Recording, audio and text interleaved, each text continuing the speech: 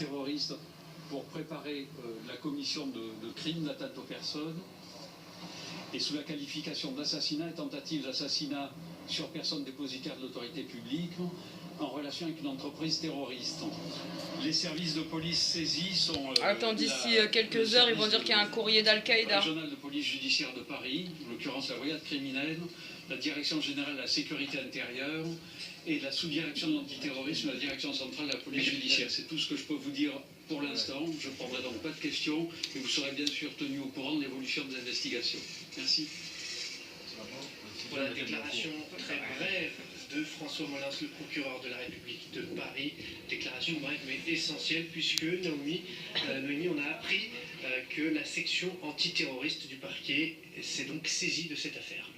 Oui, on attendait depuis maintenant 3 heures que cette agression a eu lieu, on attendait de savoir, on avait l'information que c'était la brigade criminelle qui avait été pour le moment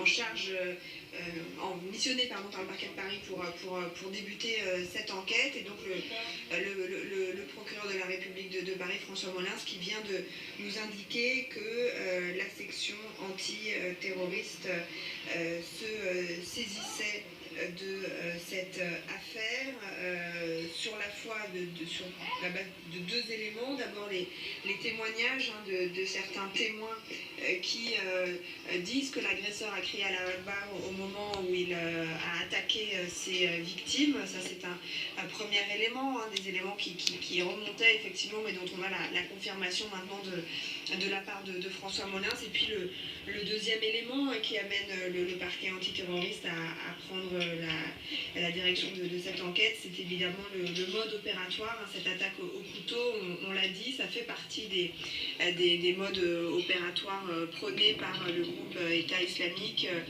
qui encourage tous les modes d'action, y compris avec les armes les plus primaires, les plus basiques, ça peut être un marteau, un rasoir, une machette, évidemment un couteau. Voilà donc les 2 éléments.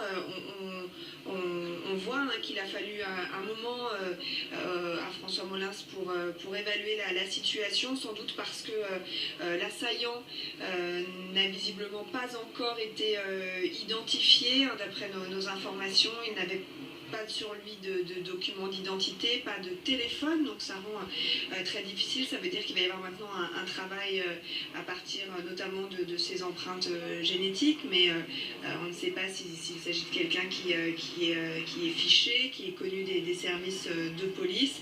Donc cette enquête qui débute et qui est confiée à la brigade criminelle de Paris, à la DGSI, la Direction générale de la sécurité intérieure, et puis à la sous-direction de l'anti-terrorisme, la SDAT. Voilà, François Molins qui n'a pas voulu en dire plus ce soir. Sur les motifs, peut-être, il a parlé, je crois, d'assassinat terroriste et de tentative d'assassinat. Oui, alors c'est les raisons pour lesquelles a été ouverte l'enquête. L'association de malfaiteurs terroristes pour préparer, alors il a parlé vite, j'ai pas eu le temps de tout noter, et puis assassinat et tentative d'assassinat sur des personnes dépositaires de l'autorité publique. Ça c'est parce que l'homme a sans doute visiblement aussi essayé de s'en prendre aux policiers. François Molins qui généralement c'est la règle, sera amené à prendre à nouveau la parole, peut-être demain, peut-être lundi, dans le cadre d'une conférence de presse. À ce moment-là, c'est au palais de justice, et c'est à un moment, c'est quand il a plus d'éléments en sa possession. On a l'impression effectivement que ce soir il y a assez peu d'éléments pour le moment du côté de la justice et des enquêteurs. Nous sommes avec Jean Bévalet, expert en questions de sécurité et de terrorisme. Bonsoir Jean Bévalet. Peut-être tout d'abord une réaction à la conférence de presse du procureur François Molins. La conférence de presse est entre guillemets très classique, c'est-à-dire qu'il nous a précisé que ça rentrait bien dans le cadre de la lutte antiterroriste, de son protocole. Apparemment, donc, les éléments sont suffisamment précis pour que l'affaire soit confiée, comme ça m'a été dit, à la DGSI, donc la Direction générale de la sécurité intérieure et la SDAT, la sous-direction de l'antiterrorisme. Maintenant, reste l'enquête à faire, puisque a priori on n'a pas d'éléments concernant notamment l'identité de l'individu qui a commis ces actes. Donc pour l'enquête, l'enquête commence. On va essayer de savoir si effectivement c'est encore une fois malheureusement un individu solitaire qui a décidé de passer à l'acte, comme le recommande Daesh depuis un certain nombre d'années maintenant, ou si derrière il y a peut-être un groupe, une unité, un réseau un peu plus important, mais ça c'est l'enquête qui va le définir. Jean Bévalet, tout de même la nature terroriste de cette attaque, selon vous, ne fait plus trop de doutes, ou on peut encore émettre d'autres hypothèses? Écoutez, a priori, ça ne fait plus de doute, dans le sens où l'individu a crié Allah Akbar, que la méthodologie utilisée est devenue malheureusement une méthodologie classique aujourd'hui, et que ça rentre dans ce que Daesh recommande. Alors bon, la dernière hypothèse, comme souvent c'est évoqué, d'un individu en psychiatrie, j'y crois pas trop. Très sincèrement, là, je pense qu'on peut s'orienter plutôt vers un acte terroriste peut-être isolé. Jean Bévalet, pour ces précisions, merci d'avoir répondu, d'avoir apporté votre éclairage. On va retourner sur place pour retrouver Samy Sfaxi, qui se trouve en direct près des lieux de cette attaque. Samy, vous avez suivi, j'imagine, la conférence de presse de François Molins, le procureur de la République de Paris, qui a fait une très courte allocution. François Molins, qui était très attendu ici par énormément de journalistes. L'allocution a été très rapide, moins d'une minute dans cette rue Saint-Augustin, à une centaine de mètres de là où se sont déroulés les événements. On se trouve maintenant à l'angle de l'avenue de l'Opéra et de la rue Saint-Augustin.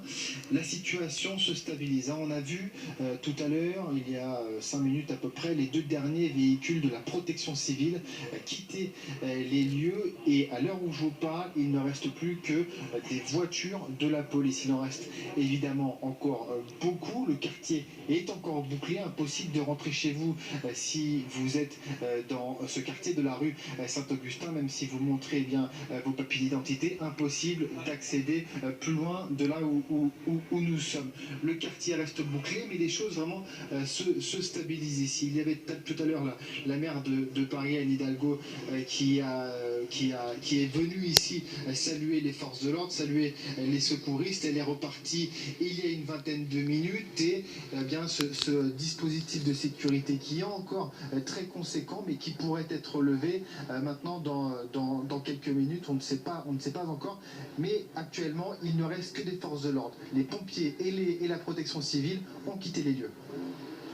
Merci beaucoup Samy Sfaxi, qui est donc sur place pour CNews en direct pour nous commenter le déroulement des faits. Et puis une information qui nous parvient, une information de notre confrère Wassim Nasser, spécialiste des questions de terrorisme, qui nous indique que l'État islamique revendique cette attaque du quartier de l'Opéra à Paris. Revendication donc de l'État islamique, selon Wassim Nasser, spécialiste des questions de terrorisme. Je me tourne vers vous, Harold Iman, vous vous occupez des questions internationales. Si l'État islamique revendique, est-ce que c'est à prendre au sérieux, ou peut-être par effet d'aubaine, comme ils ont pu le faire parfois? Très rarement ont-ils fait ça par effet d'aubaine, mais on a à peu près tous les ingrédients pour les cerner, du moins dans une hypothèse. Il faudra attendre le jugement définitif, mais pour l'instant, ça semble coller, parce que voilà, l'usage d'une arme rudimentaire recommandée par l'État islamique, ou Daesh, comme on voudra l'appeler, et aussi le fait que le jeune homme n'a pas été arrêté par le taser. Ça, c'est très intéressant, parce qu'un coup de taser ça suffit vraiment pour arrêter quelqu'un. Mais il y a... En France, on tue direct. Dans les, je dirais, les commandos de Daesh, l'usage assez poussé d'une drogue, Captagon, qui n'est pas inconnue en France. Et c'est une drogue très très forte qui donne une illusion d'invincibilité. Et ça, les psychiatres spécialisés dans la chose l'ont tous relevé. Cette drogue est exportée depuis la Libye. Donc, c'est peut-être une explication, parce que, encore une fois, on en est aux hypothèses. Ce qui n'est pas une hypothèse, c'est ce que dit Wassim Nasr, selon lequel l'État islamique a revendiqué. Donc, il est sûrement allé sur leur site web et a découvert la déclaration. Effectivement. Donc, ils l'ont suivi de très près.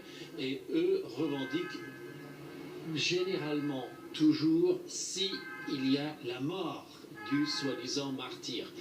C'est très très rare qu'ils revendiquent, peut-être une ou deux fois, lorsque le terroriste ne trouve pas la mort. Et dans Las Vegas, ils avaient revendiqué Las Vegas. Or, il se trouve qu'il y avait très peu de lien entre ce tireur fou de Las Vegas et l'État islamique. Encore une fois, ça peut arriver, mais le cas inverse était extrêmement courant. Donc, à part quelques cafouillages chez eux, ou erreurs de calcul, ou changement de direction momentané, des écarts de leur playbook, de leur modus operandi, on est dans de l'assez typique là. Donc voilà, c'est quelqu'un qui a suivi l'appel, a pris l'arme rudimentaire. Peut-être qu'il y a une préparation antérieure, peut-être qu'il y a des gens qui étaient au courant, il n'était peut-être pas absolument seul à surgir comme ça d'un seul coup. Mais voilà, ça ressemble vraiment au cas de figure du terrorisme urbain à l'étranger que Daesh tente d'utiliser de plus en plus, d'autant plus qu'ils sont en train de perdre pratiquement tout leur terrain en Syrie et en Irak. Voilà, je vous rappelle cette information qui vient de parvenir, l'État islamique qui revendique cette attaque. En tout cas, c'est un communiqué de l'État islamique